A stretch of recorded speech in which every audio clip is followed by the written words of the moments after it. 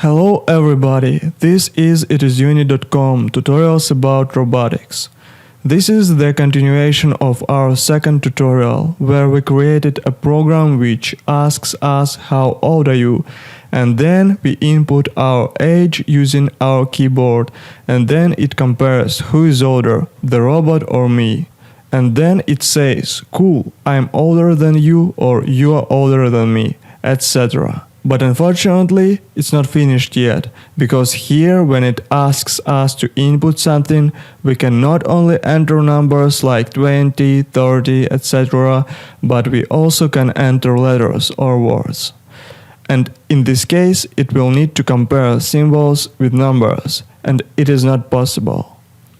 There will be an error, and it's going to be an error already on this line, because it will not be able to convert those letters to an integer, because integers can be only digits.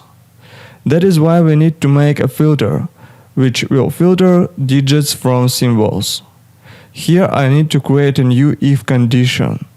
If my age dot ISDIGIT round brackets is equal true, please notice true is capitalized.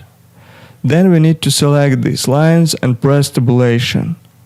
Now everything these belong to this if condition.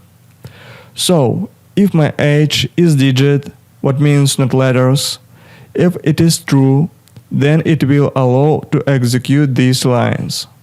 But if it is not true, what means else, we need to print you entered symbols that was not your age. Okay, that is what we need. So, on this line we filter numbers from symbols using this method, ISDIGIT. But unfortunately, we will have an error here. You will see it now. We are entering letters, and as you can see, we indeed have an error on this line. It says, invalid literal for int with base 10, SDF. It is because we can convert letters to an integer, because integers are always digits. That is why we need to remove this int temporarily and convert it here.